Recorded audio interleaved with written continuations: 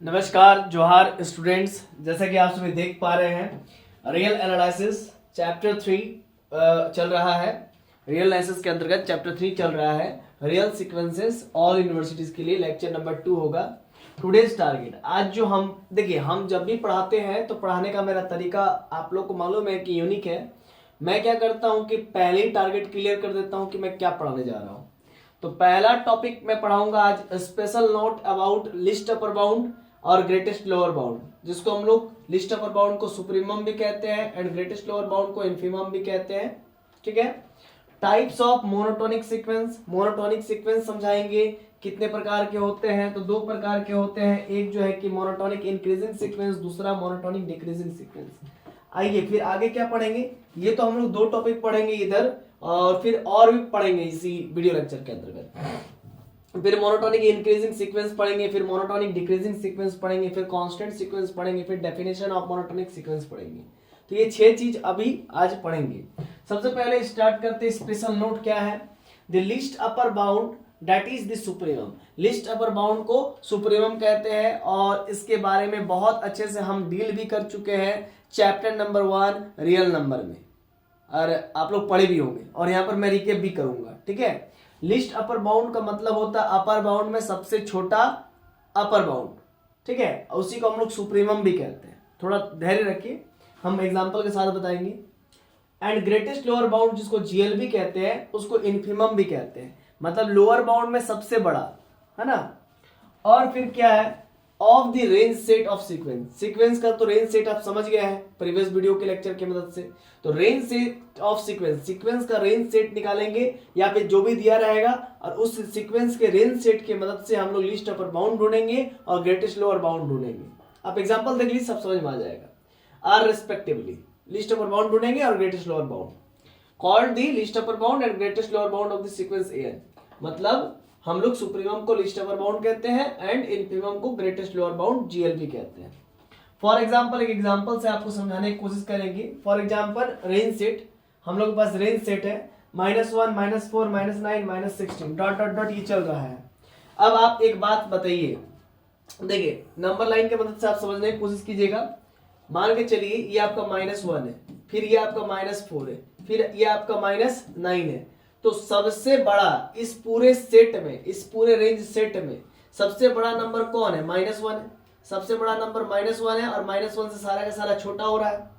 तो आपको मालूम होगा कि लिस्ट अपर बाउंड किसे कहते हैं। वैसा नंबर या वैसा एलिमेंट जिससे सेट के सारे एलिमेंट्स छोटे हो या इक्वल हो। तो आप देख सकते हैं -1 से सारा एलिमेंट छोटा है या फिर इक्वल है, क्योंकि -1 भी तो A1 है, पहला नंबर है।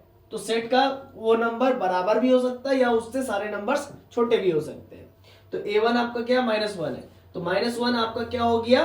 लिस्ट अपर बाउंड, मतलब अपर बाउंड में सबसे छोटा। जैसे देखिए इस तरफ अगर आगे चलिएगा तो ये 0 मिलेगा, तो 0 इसका अपर बाउंड हो जाएगा। ठीक है ना, क्योंकि 0 से भी सारा एलिमेंट, 0 से भी सारा एलिमेंट इस सेट का लेस देन है, ना -9 -16, है ना। 0 से भी सारा एलिमेंट इससे छोटा है, इस सेट के सारे एलिमेंट 0 से भी छोटे हैं, तो 0 को भी हम लोग अपर बाउंड कहेंगे। लेकिन 0 को हम लोग लिस्ट अपर बाउंड नहीं कहेंगे, क्योंकि अपर बाउंड में सबसे छोटा, तो सबसे छोटा -1 है। फिर 0 के इधर राइट साइड में, 0 के राइट साइड में आपका क्या आएगा? 0 के राइट साइड में आपका आएगा +1, है ना, +3, इस प्रकार से। तो +1 +3 +4 ये भी अपर बाउंड होगा, लेकिन उन सभी में सबसे छोटा कौन है? -1। तो -1 को हम लोग कहेंगे लिस्ट अपर बाउंड। और ये सब मैं बहुत अच्छे से समझा चुका हूँ, और मैं देखना चाहूंगा कि ये दिख रहा है कि नहीं। हाँ ठीक, तो ये सब चीज मैं बहुत अच्छे से समझा चुका हूँ, क्या लिस्ट अपर बाउंड वगैरह रियल नंबर में ही समझा चुका हूँ, और यहाँ पर भी मैंने समझा दिया आपको। तो लिस्ट अपर बाउंड -1 है, क्योंकि -1 से सारा an क्या है? General term of the given sequence या गिवन रेंज सेट। तो an जो है कि सभी नंबर्स को, सभी मेंबर्स को रिप्रेजेंट कर रहा है, सभी टर्म्स को। मान लीजिए ये A1 है, ये A2 है, ये A3 है, ये A4 है। तो an क्या है? सभी an लेस देन -1 है या इक्वल टू -1 है। ठीक है, तो -1 क्या हो गया? List upper bound. And range set of 0,1, 0,1 का रेंज सेट निकालेंगे। तो इसमें हम लोग देखेंगे greatest lower bound. Lower bound में सबसे छोटे लोअर बाउंड को ग्रेटेस्ट लोअर बाउंड कहेंगे। सॉरी, लोअर बाउंड में सबसे बड़े लोअर बाउंड को ग्रेटेस्ट लोअर बाउंड कहेंगे। लोअर बाउंड में सबसे बड़े लोअर बाउंड को ग्रेटेस्ट लोअर बाउंड कहेंगे। अब जरा बात को समझिएगा।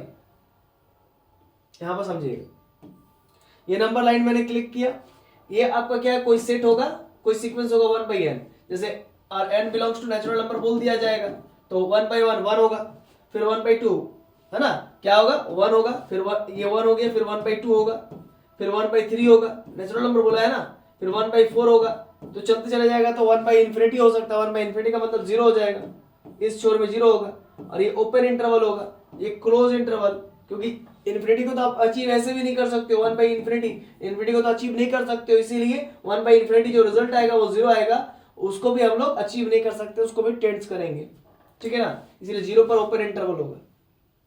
तो अब बताइए एक बात समझिएगा, हम लोग बात कर रहे हैं अब लोअर बाउंड की, है ना, लोअर बाउंड की, तो लोअर बाउंड उसे कहते हैं जिससे सेट का सारा एलिमेंट बड़ा रहे या इक्वल रहे। तो आप देख सकते हैं 0 से सारा एलिमेंट क्या बड़ा है, हाँ भाई 0 से सारा एलिमेंट बड़ा है, 1/4 से, देखिए 0 से सारा एलिमेंट बड़ा है ना, इस सेट का हम कहना चाह रहे हैं 0 से लेकर 1 के बीच का, तो इसका मतलब होता है 0.5, इसका मतलब होता है 0.3, इसका मतलब होता है 0.25, ठीक है ना, तो 0 से सारा एलिमेंट तो बड़ा है इस सेट का, 0 से सारा एलिमेंट बड़ा है, तो 0 इसका लोअर बाउंड हो गया, और साथ ही साथ ग्रेटेस्ट लोअर बाउंड भी है, क्योंकि 0 से इस तरफ आएंगे तो -1 आएगा, फिर -2 आएगा ना, तो -1 भी लोअर बाउंड है, क्योंकि -1 से भी सारा एलिमेंट इस सेट का बड़ा है ना। यहाँ पर बात किया जा रहा है बड़ा है या इक्वल है ना, तो -1 भी क्या है, लोअर बाउंड है, -2 भी लोअर बाउंड है, क्योंकि इस सेट का सारा एलिमेंट -1 से बड़ा है ना, या इक्वल है, तो -1 के इक्वल नहीं है, लेकिन 0 तो इक्वल है नहीं, 0 भी इक्वल नहीं है, तो कोई एक क्राइटेरिया सेटिस्फाइड करना चाहिए, या फिर इक्वल होना चाहिए या फिर ग्रेटर देन होना चाहिए, बस।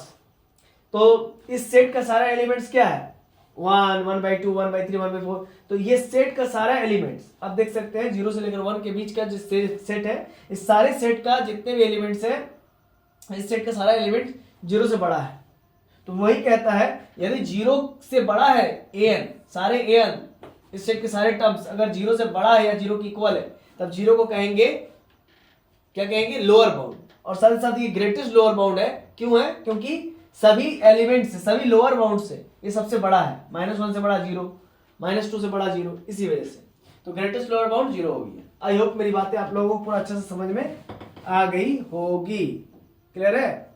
चलिए अब इरेज करता हूं मैं जो पोर्शन हम लोग को जरूरत नहीं है, और ये सब तो बस अभी स्टार्ट हो रहा है ना रियल सीक्वेंस, तो ये सब चीज मैं पढ़ा चुका हूं आपको, रियल नंबर में ही पढ़ा चुका हूं, चैप्टर 1 में ही, रियल एनालिसिस का चैप्टर नंबर 1 में ही पढ़ा चुका हूं, जस्ट ये रिकैप करवा रहा हूं, रिकैप नहीं कुछ करा रहा हूं भाई, ये रियल सीक्वेंस का टॉपिक्स है ना, जैसे वहां पर रियल नंबर के लिए पढ़े थे, यहाँ पर रियल सीक्वेंस के लिए पढ़ेंगे, मतलब जैसे वहां पर सेट के लिए पढ़े थे, यहाँ पर सीक्वेंस के लिए पढ़ेंगे।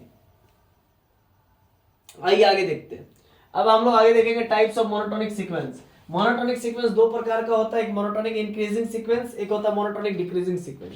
बारी बारी से इनके डेफिनेशन को समझेंगे। सबसे पहले देखेंगे मोनोटोनिक इंक्रीजिंग सीक्वेंस। तो ए सीक्वेंस an, कोई sequence an is said to be monotonic increasing, तो कोई सीक्वेंस को हम लोग मोनोटोनिक इंक्रीजिंग सीक्वेंस कहेंगे। कब कहेंगे? If an + 1 is greater than और equal to n for all n belongs to natural number. बातें समझाएंगे, टेंशन मत लीजिए। अब देखिए, for all n belongs to natural number बोला है ना भाई, तो n का वैल्यू 1 रखिए, 1 रखेंगे तो a1 होगा, है ना। देखिए दैट इज इफ a1 होगा, और a1 से बड़ा कौन हो जाएगा, वहां पर 1 + 1 2 हो जाएगा, a2 हो जाएगा, ठीक। अब फिर यहां पर फिर से रखिए, देखिए अब आप यहां पर लिख के ही समझाता हूं, ठीक है, लिख के ही समझाता हूं। मान लीजिए a1 रखेंगे, a1 रखा, greater than equal to 1 + 1 a2 हो गया। फिर यहां पर 2 रखिए, तो a2 रखिए, फिर यहां पर 2 + 1 3 हो जाएगा, a3 हो जाएगा, ग्रेटर देन इक्वल टू। फिर यहां पर रखिए 3, है ना, a3 हो जाएगा, is greater than equal to, यहां पर 3 + 1 कितना हो गया, 4 हो गया। तो अब एक बात समझिएगा, देखिए a1 हुआ, a1 किससे छोटा हुआ, less than equals to a2, और a2 किससे छोटा हुआ, a2 a3 से छोटा हुआ, a2 is less than equals to a3, और a3 किससे छोटा है, a3 is less than equals to a4, less than equals to a4। तो आप देख सकते हैं a1 से बड़ा a2, a2 से बड़ा a3, a3 से बड़ा a4, ये आ जा रहा है। मतलब आगे वाला टर्म है ना बढ़ रहा है, मतलब इसका आगे वाला टर्म जैसे a1 से बड़ा a2 होगा, a2 से बड़ा a3 होगा, a3 से बड़ा a4 होगा, और ऐसा भी हो सकता है कि a1 और a2 आपस में बराबर हो जाए, जैसे ये 1 है, ये 1 है तो ये भी 1 हो जाए, है ना। ऐसा भी हो सकता है कि ये 2 हो जाए, है ना, बड़ा भी हो सकता है या इक्वल भी हो सकता है, ऐसा ये 3 भी हो सकता है। या फिर ये दो भी हो जाए, क्योंकि इक्वल भी बोला है ना, बड़ा या इक्वल दोनों में से कोई एक हो सकता है, ठीक है। तो वही मैं कहना चाह रहा हूं कि example the sequence an defined by an बराबर कोई n स्क्वायर ले लेते हैं, इज मोनोटोनिक इंक्रीजिंग सीक्वेंस, है ना, या मोनोटोनिक इंक्रीजिंग सीक्वेंस बिकॉज, क्योंकि since the sequence an that is n बराबर n स्क्वायर, तो 1 स्क्वायर रखिए, फिर n belongs to natural number ना, तो 2 स्क्वायर, फिर 3 स्क्वायर, फिर 4 स्क्वायर, तो 1 2 का स्क्वायर 4, 3 का स्क्वायर 9, 4 का स्क्वायर 16। अब देखते हैं सभी टर्म्स बढ़ रहे हैं ना, 1 से बड़ा 4, 4 से बड़ा 9, 9 से बड़ा 16, तो सब बढ़ रहा है ना, तो इसको हम लोग कहेंगे मोनोटोनिक इंक्रीजिंग सीक्वेंस, ठीक है, क्योंकि a1 है, ये a2 है, a2 के बाद a3 है, a3 के बाद a4 है ना, इक्वल भी हो सकता है। जैसे यहाँ पर देखिए एग्जांपल 2 में ये 1 1 है, ये 3 3 है, ये 5 5 है, तो देखिए ये दोनों आपस में बराबर, ये दोनों आपस में बराबर, ये दोनों मतलब देखिए बढ़ भी रहे, ये तो बढ़ भी रहे और साथ साथ a1 a2 के बराबर है। ये भी ऐसा भी हो सकता है, यहाँ पर क्या है ना, a1 a2 के बराबर भी हो सकता है, या a2 a1 से बड़ा भी हो सकता है, तो बराबर भी हो सकता है। देखिए a2 a3 से के बराबर भी हो सकता है, या फिर a3 a2 से बड़ा भी हो सकता है, ये a3 ये a1 ये a2 ये a3 ये a4 a3 से बड़ा भी हो सकता है या इक्वल भी हो सकता है ना। तो वही चीज यहाँ पर समझाया हूं इसके मदद से, ठीक है ना, ये जनरल टर्म हुआ। तो ये भी एक एग्जांपल हो गया मोनोटोनिक इंक्रीजिंग सीक्वेंस का। तो सिर्फ आप लोग ये नहीं समझिएगा कि सिर्फ बढ़ेगा तभी मोनोटोनिक इंक्रीजिंग होगा, सिर्फ बढ़ेगा तभी मोनोटोनिक, ये स्ट्रिक्टली इंक्रीजिंग है। 1 से बड़ा पूरा 4, 4 से पूरा बड़ा 9, ये स्ट्रिक्टली इंक्रीजिंग मोनोटोनिक सीक्वेंस, और ये मोनोटोनिक इंक्रीजिंग सीक्वेंस, बस इसको कहेंगे मोनोटोनिक इंक्रीजिंग सीक्वेंस, और इसको स्ट्रिक्टली इंक्रीजिंग मोनोटोनिक सीक्वेंस। और एक बात, इसको हम लोग मोनोटोनिक इंक्रीजिंग सीक्वेंस भी कहेंगे, क्योंकि strictly monotonic increasing sequence is called monotonic increasing sequence, ठीक है ना। इसीलिए इसको हम लोग देखिए, जितने भी स्ट्रिक्टली मोनोटोनिक इंक्रीजिंग सीक्वेंस है ना, वो मोनोटोनिक इंक्रीजिंग सीक्वेंस हो सकते हैं, ठीक है ना, यह है इसीलिए मोनोटोनिक इंक्रीजिंग सीक्वेंस, ठीक है। लेकिन जितने मोनोटोनिक इंक्रीजिंग सीक्वेंस है वो जरूरी नहीं है कि वो स्ट्रिक्टली मोनोटोनिक इंक्रीजिंग सीक्वेंस हो। जैसे ये देखिए, ये मोनोटोनिक इंक्रीजिंग सीक्वेंस है, लेकिन ये स्ट्रिक्टली मोनोटोनिक इंक्रीजिंग सीक्वेंस नहीं है। तो वही मैंने कहा, जितने भी मोनोटोनिक इंक्रीजिंग सीक्वेंस है वो जरूरी नहीं है कि वो स्ट्रिक्टली मोनोटोनिक इंक्रीजिंग सीक्वेंस बने, है ना। ये देखिए मोनोटोनिक सीक्वेंस है, लेकिन ये स्ट्रिक्टली मोनोटोनिक इंक्रीजिंग सीक्वेंस नहीं है, ठीक है। लेकिन जितने भी स्ट्रिक्टली मोनोटोनिक इंक्रीजिंग सीक्वेंस है लाइक दिस, वो मोनोटोनिक इंक्रीजिंग सीक्वेंस बन सकते हैं। आई होप मेरी बातें आप लोगों को समझ में आ रही होगी और कंफ्यूजन आप कम हो रहे होंगे, ठीक है, कंफ्यूज आप कम हो रहे होंगे। चलिए अब आगे बढ़ते हैं नेक्स्ट पेज में। अब यहाँ पर देखेंगे मोनोटोनिक इंक्रीजिंग में वही एग्जांपल देखेंगे। देखिए 1 1 3 3 5 5 वही बात है, 1 1 1 1, ये देखिए सब एक जैसा ही है, तो इसको हम लोग कांस्टेंट सीक्वेंस भी तो कह सकते हैं। ये कांस्टेंट सीक्वेंस भी है, मोनोटोनिक इंक्रीजिंग सीक्वेंस भी है, ठीक है। अब देखिए, आप पढ़ेंगे स्ट्रिक्टली मोनोटोनिक इंक्रीजिंग सीक्वेंस। देखिए 1 है, 4 है, 9 है, सिर्फ बढ़ ही रहा है, सिर्फ बढ़ रहा है, कोई इक्वल नहीं आपस में, इसको कहेंगे strictly monotonic increasing sequence. Next example, the sequence an is defined by an बराबर n square, that is mi, मतलब मोनोटोनिकली इंक्रीजिंग, बिकॉज देखिए आप यहां से एक नया चीज समझाएंगे आपको, ठीक है। an बराबर n स्क्वायर एक जनरल टर्म है भाई, an बराबर n स्क्वायर एक जनरल टर्म है, ठीक है।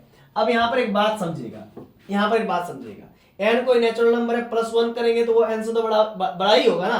अब n का वैल्यू नेचुरल नंबर लेने के लिए बोला है, फॉर ऑल नेचुरल नंबर, तो n का वैल्यू आप 1 लीजिए, तो 1 और ऑलरेडी 1 है, इज ग्रेटर देन, यहाँ पर n का वैल्यू 1 बोला है, तो 1 + 1 2 ग्रेटर देन 1, ऑब्वियस सी बात है, होगा ही होगा, तो n + 1 is greater then n होगा, ऑब्वियस सी बात है, ठीक है। अब दोनों तरफ स्क्वायर कर दीजिए, चलिए 1 + 1 का स्क्वायर करते हैं, इधर 1 का स्क्वायर करते हैं, तो 1 का स्क्वायर करेंगे, मतलब 1 + 1 का स्क्वायर कितना होगा, 2 का स्क्वायर यानी कि 4 इज ग्रेटर देन 1, तो ये तो ऑब्वियस सी बात है, बड़ा ही होगा।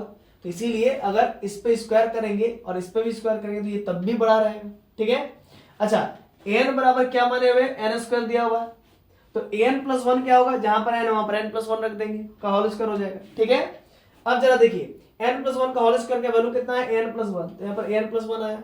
अब n स्क्वायर का वैल्यू कितना है, n, ठीक है। तो यहां से आपको क्या समझ में आया कि अगर n स्क्वायर है, ठीक है, n बराबर n स्क्वायर है, तो n + 1 का होल स्क्वायर क्या हो जाएगा, n + 1 हो जाएगा, मतलब उससे जस्ट एक और टर्म बड़ा हो जाएगा, ठीक है, मैंने क्या बोला फिर से वो समझिएगा।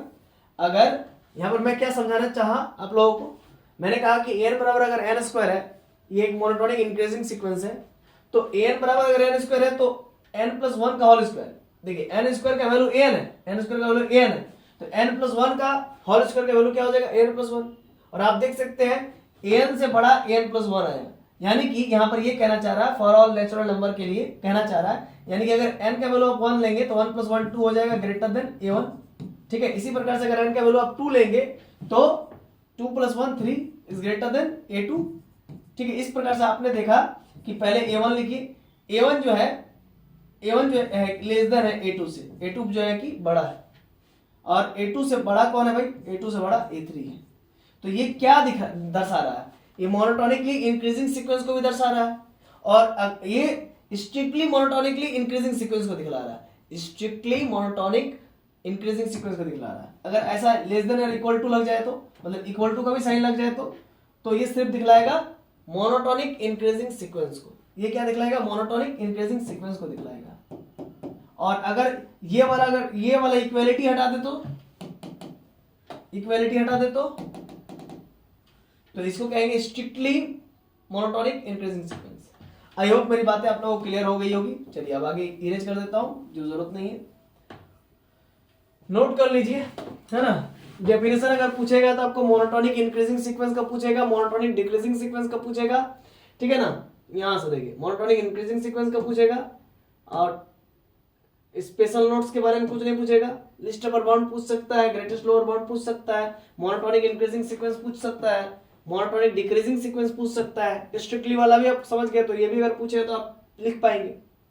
अब पढ़ेंगे मोनोटोनिक डिक्रीजिंग सीक्वेंस। तो मोनोटोनिक इंक्रीजिंग सीक्वेंस में बढ़ रहा था और इसमें घटेगा टर्म्स का वैल्यू घटेगा। जैसे a1 से बड़ा a2 हो रहा था, a2 से बड़ा a3 हो रहा था, और a3 से बड़ा a4 हो रहा था। अब इसमें उल्टा होगा, a1 से छोटा a2 हो जाएगा, a2 से छोटा a3 हो जाएगा, घटेगा, डिक्रीज करेगा। इस sequence an is said to be monotonic decreasing sequence, MD, monotonic decreasing sequence, shortcut में MD कहते हैं। इफ यदि n plus 1 is less than और इक्वल टू an हो फॉर ऑल नेचुरल नंबर के लिए। समझे कि नहीं समझे? नहीं समझे सर तो समझा देते हैं। जैसे n का वैल्यू नेचुरल बोला है ना, तो आप 1 ले लीजिए, सबसे पहले तो आप 1 ही ना लीजिएगा, लीजिए 1, तो n 1 प्लस 1 2 हो जाएगा, is less than equals to a1। फिर आप n का वैल्यू 2 लीजिए, 2 प्लस 1 3, फिर यहाँ पर a1 रखिए, सॉरी 2 लिए थे ना, 2 प्लस 1 3, और ये 2 यहाँ पर 2 रहेगा। फिर आप क्या रखिएगा, यहाँ पर 2 लिए, आप 3 लिखे, 3 प्लस 1 कितना हो जाएगा 4, और ये लेस देन और इक्वल्स टू यहाँ पर 3 रखिए, ठीक है। अब जरा समझिएगा बात को, अब जरा मेरा बात को समझिएगा। चलिए अब जरा समझिएगा बात को। अब यहाँ पर कहता क्या है कि पहले a1 लिखिए। अब a1 जो है किससे बड़ा है भाई, a1 जो है कि a2 से बड़ा है, बहुत अच्छा, a2 लिखिए, a1 is greater then a2, ठीक है। फिर a2 किससे बड़ा है, a2 a3 से बड़ा है, a2 किससे बड़ा है, a2 जो है a3 से बड़ा है, ठीक है। अब a3 किससे बड़ा है, a3 जो है a4 से बड़ा है, फिर इसी प्रकार से बड़ा बड़ा आते रहेगा, ठीक है। तो a1 देख सकते हैं, a1 बड़ा है और a1 से छोटा a2 है ना, a2 is less then a1। आप देख सकते हैं a2 छोटा हो गया a1 से, फिर a2 से छोटा कौन हो गया भाई, a3 हो गया छोटा, फिर a3 से छोटा कौन हो गया, a4 हो गया, धीरे धीरे घट रहा है कि नहीं। तो वही चीज मैं लिखा हूं कि a1 से छोटा a2 हो जाएगा, या इक्वल भी हो सकता है, a2 से छोटा a3 हो जाएगा, या इक्वल भी हो सकता है, फिर a3 से छोटा और भी बहुत सारा डॉट डॉट डॉट आएगा, फिर यहाँ पर an होगा, और an से छोटा n प्लस 1 हो सकता है, या इससे छोटा और मिल सकता है, समझ पा रहे हैं ना। यहाँ पर 1 रखिए, 1 प्लस 1 2, और यहाँ पर 1, a1 जो है कि a2 से बड़ा हो गया और a2 जो है कि छोटा हो गया, समझ पा रहे हैं ना। यहाँ पर 1 प्लस 1 2 रखिए, 1 प्लस 1 2 हो जाएगा, यहाँ पर 1 a1 जो है कि a2 से बड़ा हो गया, इक्वल हो गया, और a2 जो है इधर वाला a2 a1 से छोटा हो गया, इक्वल हो गया, ठीक है ना।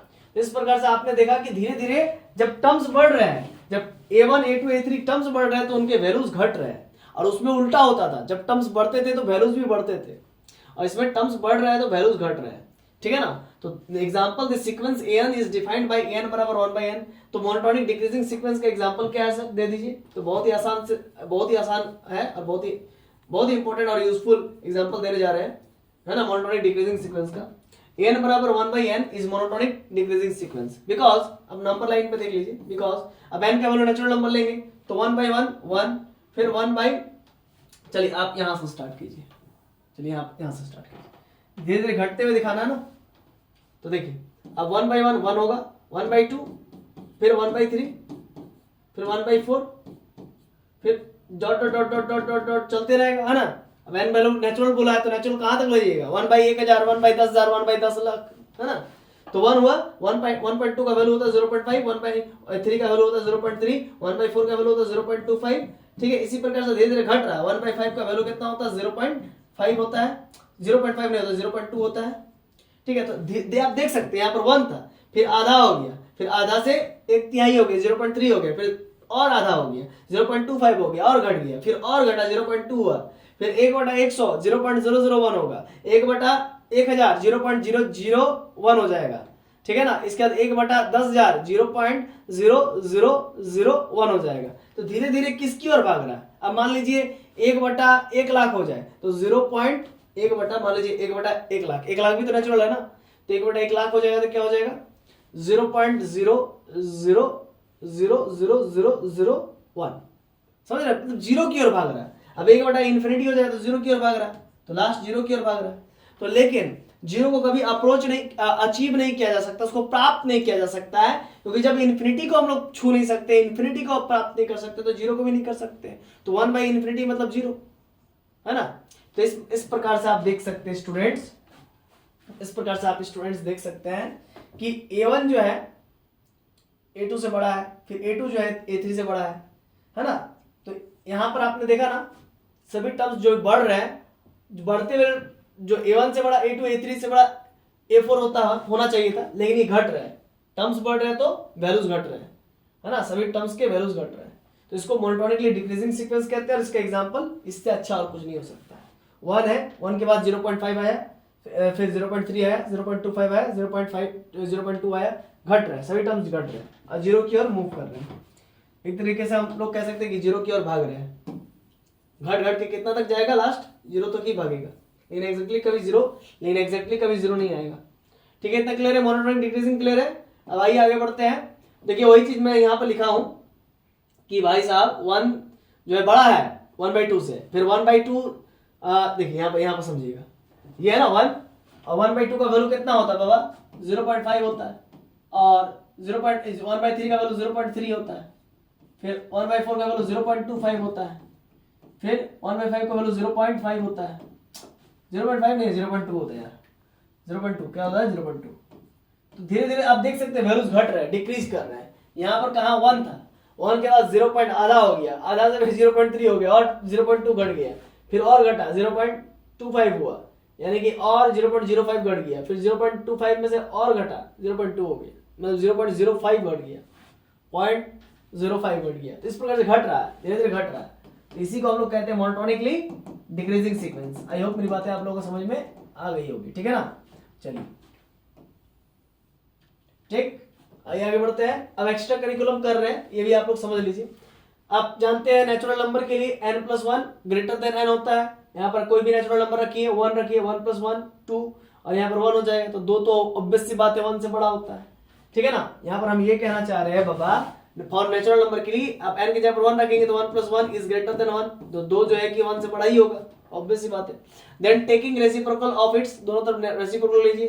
तो रेसिप्रोकल लेने से क्या फायदा होता है, एक चीज समझिएगा। आप मान लीजिए n+1 कोई दे दे जो है कि बड़ा है, जैसे आप ही ऐसा समझिए ना, 2 जो है कि 1 से बड़ा है, लेकिन जैसे इसका रेसिप्रोकल लेंगे 1/2 करेंगे तो मुंह पलट जाएगा, आप देख सकते हैं, हाँ। जैसे 2 जो है कि 1 से बड़ा है, लेकिन जैसे ही रेसिप्रोकल करेंगे 1/2, इधर भी 1/1 करेंगे तो ये मुंह पलट जाएगा, जो पहले ऐसे था अब पहले मुंह चोस्ट इधर खुल जाएगा। आप देख सकते हैं 1/1 का मतलब होता है 1, और 1 जो है कि 1/2 का मतलब होता है 0.5, क्या होता है 0.5 होता है, तो 0.5 से तो बड़ा ही है ना 1।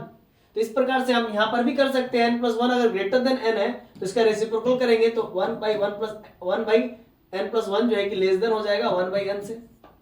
वही चीज मैं यहाँ पर लिखा हूं फॉर ऑल नेचुरल नंबर के लिए, ठीक है ना। अब क्लियर है, इसको इरेज कर देता हूं।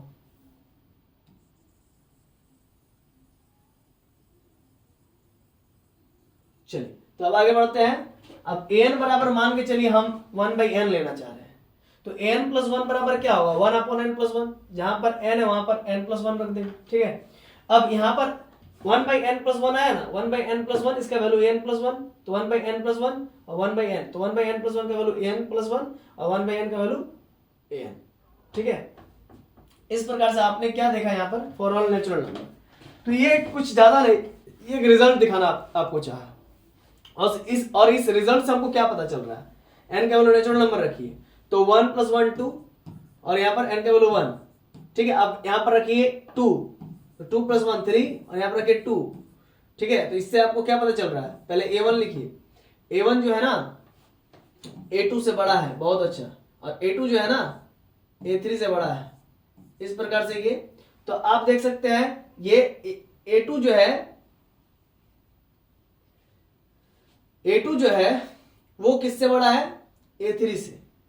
और आप ऐसा कह सकते हैं कि a3 जो है a2 से छोटा है, और आप ऐसे भी कह सकते हैं कि a2 जो है a1 से छोटा है, और a1 जो है कि a2 से बड़ा है।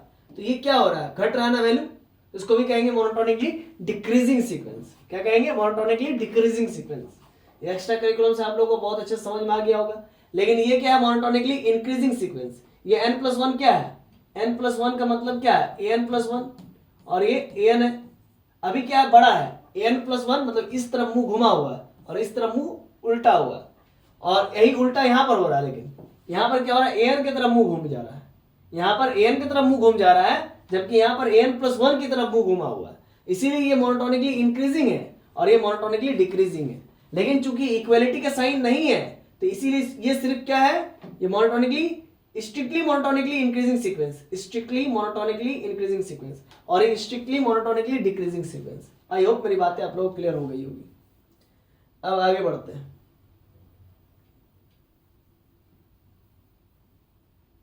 नोट भी करते जाइए। अब आगे example for strictly monotonically decreasing sequence. Example देख लीजिए डिक्रीजिंग सीक्वेंस का strictly monotonically, 1 1/2 1/3 dot dot dot 1 1/2 फिर 1/2 से 1/3, है ना। आप देख ही सकते हैं ये आपका 0.5 हो जा रहा है, ये आपका 0.3 हो जा रहा है, तो धीरे धीरे पूरा पूरा घट जा रहा है ना। और ये कहाँ 1 था, ठीक है, 1 से 0 पॉइंट छोटा है 5 होता है, 0.5 जो है कि 1 से छोटा होता है, और 0.3 जो है कि 0.5 से छोटा होता है, तो पूरा पूरा घट रहा है। तो इस प्रकार से ये स्ट्रिक्टली मोनोटोनिकली डिक्रीजिंग सीक्वेंस होगी। अब एग्जांपल फॉर मोनोटोनिकली डिक्रीजिंग, सिर्फ मोनोटोनिकली डिक्रीजिंग, इसमें कोई स्ट्रिक्टली फॉलो नहीं होगा।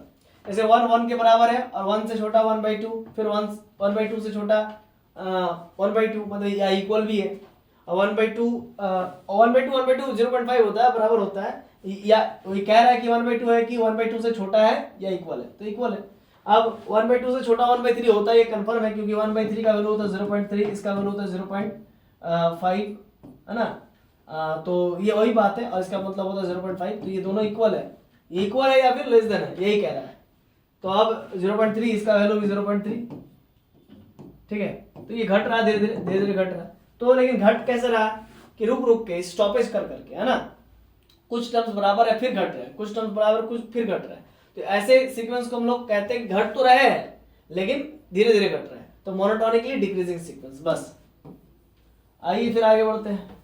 आगे अब आगे पढ़ेंगे कांस्टेंट सीक्वेंस, वही बात है जिसमें कोई बदलाव है ना, जैसे 1 1 1 1 1 ऐसा, ठीक है। तो बदलाव नहीं आया, यानी कि मतलब आप कह सकते हैं कि ये बढ़ भी रहा है, बढ़ भी रहा है ना, है ना। ये भी मोनोटोनिकली इंक्रीजिंग सीक्वेंस है, तो मोनोटोनिक इंक्रीजिंग सीक्वेंस भी तो है, इसको मोनोटोनिक इंक्रीजिंग सीक्वेंस भी कह सकते हैं, है ना। बढ़ नहीं रहा, कांस्टेंट रूप में है, तो जो कांस्टेंट सीक्वेंस है वो मोनोटोनिकली इंक्रीजिंग सीक्वेंस भी होता है और मोनोटोनिकली डिक्रीजिंग भी होता है, वही चीज लिखा हूं। A constant sequence can be monotonically increasing और monotonically decreasing because a constant sequence satisfied the both condition mi and md। मतलब मोनोटोनिकली इंक्रीजिंग सीक्वेंस के भी कंडीशन को सेटिस्फाइड करता है और मोनोटोनिकली डिक्रीजिंग सीक्वेंस के भी कंडीशन को सेटिस्फाइड करता है कांस्टेंट सीक्वेंस। इसीलिए कोई भी मोनोटोनिकली इंक्रीजिंग सीक्वेंस और कोई भी मोनोटोनिकली डिक्रीजिंग सीक्वेंस जो है कि कांस्टेंट सीक्वेंस हो सकता है। अब कैसे रूल को फॉलो करता, चलिए समझते हैं। देखिए यहां पर साफ साफ लिखा हुआ है कि that is for monotonically increasing sequence की condition n + 1 is greater than equals to n, मतलब for all n belongs to natural number n का वैल्यू आप रख दीजिए 1, 1 + 1 2 is greater than equals to a1, फिर आप n का वैल्यू रख दीजिए 2, 2 + 1 3 और is less than equals to a2। तो आपने यहाँ पर क्या देखा कि a1 जो है ना, a1 जो है लेस देन है किससे भाई, a2, और a2 बड़ा है, और a2 जो है ना वो किससे लेस देन है, a3 से। तो धीरे धीरे आप बढ़ रहा है, धीरे धीरे बढ़ रहा है या फिर इक्वल है, तो ऐसे कंडीशन को कहते हैं मोनोटोनिकली इंक्रीजिंग सीक्वेंस। ऐसे कंडीशन को मोनोटोनिकली इंक्रीजिंग सीक्वेंस कहते हैं। और साथ साथ इसी कंडीशन को भी सेटिस्फाइड करता है कौन, कांस्टेंट सीक्वेंस भी। ऐसा भी तो हो सकता है 1 1 1 सिर्फ हो जाए, 1 1 1, ये भी हो सकता है। और ये इसको भी तो हम कह सकते हैं मोनोटोनिकली इंक्रीजिंग सीक्वेंस। और कुछ इस प्रकार से मोनोटोनिक डिक्रीजिंग का भी कंडीशन को सेटिस्फाइड करता है। जैसे यहाँ पर रखिए n का वैल्यू 1, यहाँ पर 1, तो a2 इज लेस देन और इक्वल्स टू a1, फिर यहाँ पर रखिए 2, तो 2 और 1 3 is less than equals to a2। तो यहाँ पर आपने देखा कि a1 जो है ना किससे बड़ा है, a2 से बड़ा है, और a2 जो है वो किससे बड़ा है, a3 से बड़ा है, फिर ये धीरे धीरे घट रहा है। तो कहने का मतलब ये ऐसा भी तो हो सकता है, यहाँ पर भी 1 हो सकता है ना, यहाँ पर भी 1 हो सकता है, या 2 भी हो सकता है। तो इस कंडीशन को भी सेटिस्फाइड करेगा। अब जरूरी थोड़ी है कि सिर्फ ग्रेटर देन का ही सेटिस्फाइड करे, यहाँ पर दो में से कोई एक कंडीशन हो सकता है ना, ग्रेटर और इक्वल। ग्रेटर और इक्वल की बात कही गई है और यहाँ पर भी ग्रेटर और इक्वल की बात कही गई है। तो एक जैसा सीक्वेंस अगर 2 2 हो जाए, 2 2 2 हो जाए तो भी कोई आपत्ति नहीं, तो भी कांस्टेंट सीक्वेंस है और साथ मोनोटोनिकली डिक्रीजिंग सीक्वेंस। अब डिक्रीजिंग का मतलब ये नहीं होता कि पूरा स्ट्रिक्टली में होता है कि घटते रहे, है ना। हालांकि होता तो घटना ही, सब्ट्रैक्ट होना, रिड्यूस होना, कम होना, धीरे धीरे कम होना, लेकिन कंडीशन ही कुछ ऐसा है, घट भी सकता है या इक्वल भी हो सकता है। तो ये भी मोनोटोनिकली डिक्रीजिंग सीक्वेंस रहे चाहे मोनोटोनिकली इंक्रीजिंग सीक्वेंस रहे, दोनों को हम लोग मिला के कांस्टेंट सीक्वेंस कहेंगे, ठीक है ना, इसमें कोई अंतर नहीं है। चलिए अब आगे बढ़ते हैं।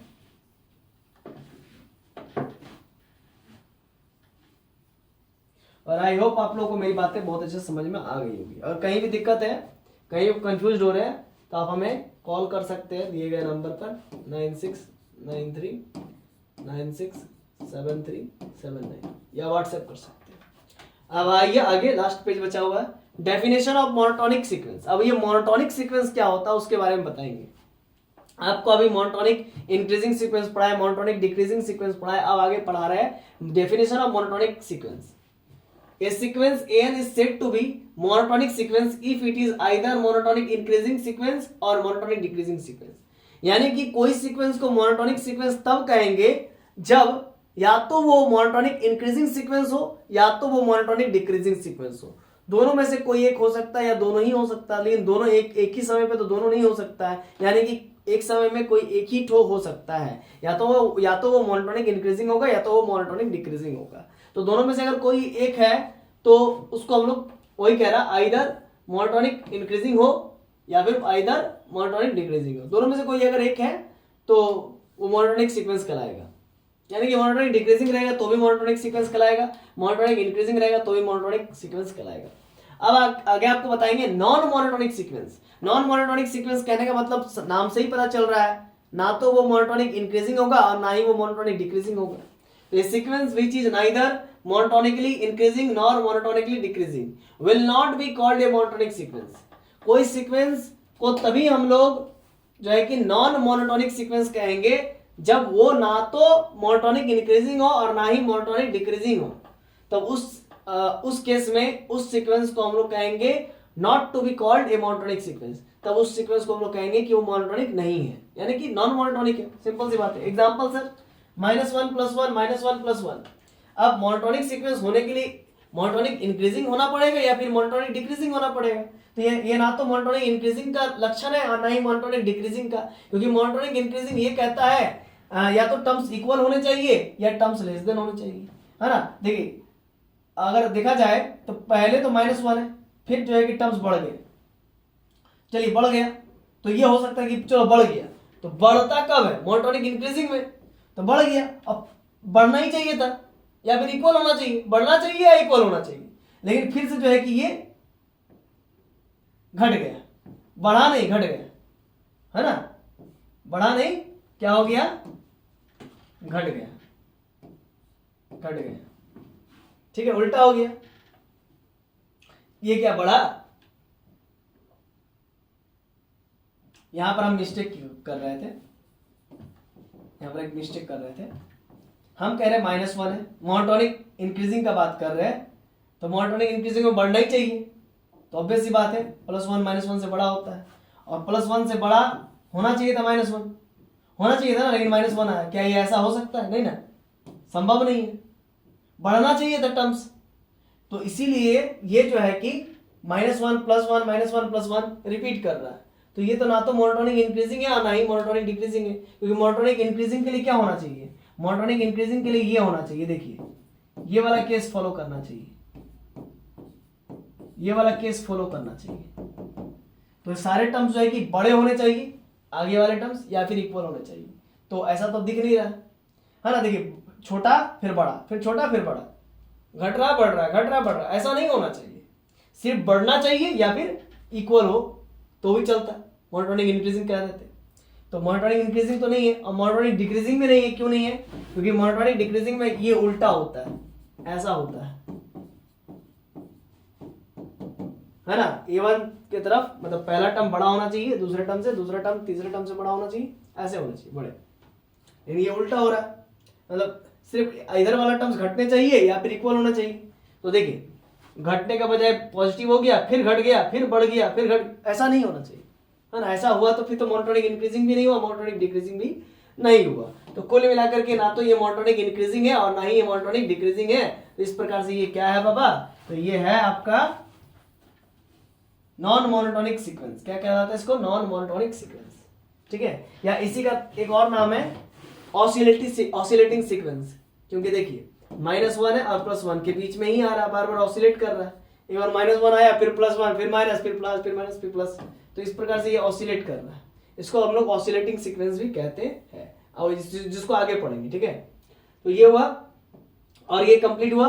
आई होप मेरी बातें आप लोगों को बहुत अच्छे से समझ में आ गई होगी, और वीडियो पसंद आई हो तो लाइक कर दीजिए और अपने दोस्तों को भी शेयर कर दीजिए, और हमारे और अपने मनोबल को भी बढ़ाइए, है ना। आई होप आप लोग ऐसा करेंगे, तभी तो हम लोग और वीडियोस लेकर के आएंगे। चलिए मिलते हैं, तब तक के लिए जोहार, जोहार, धन्यवाद।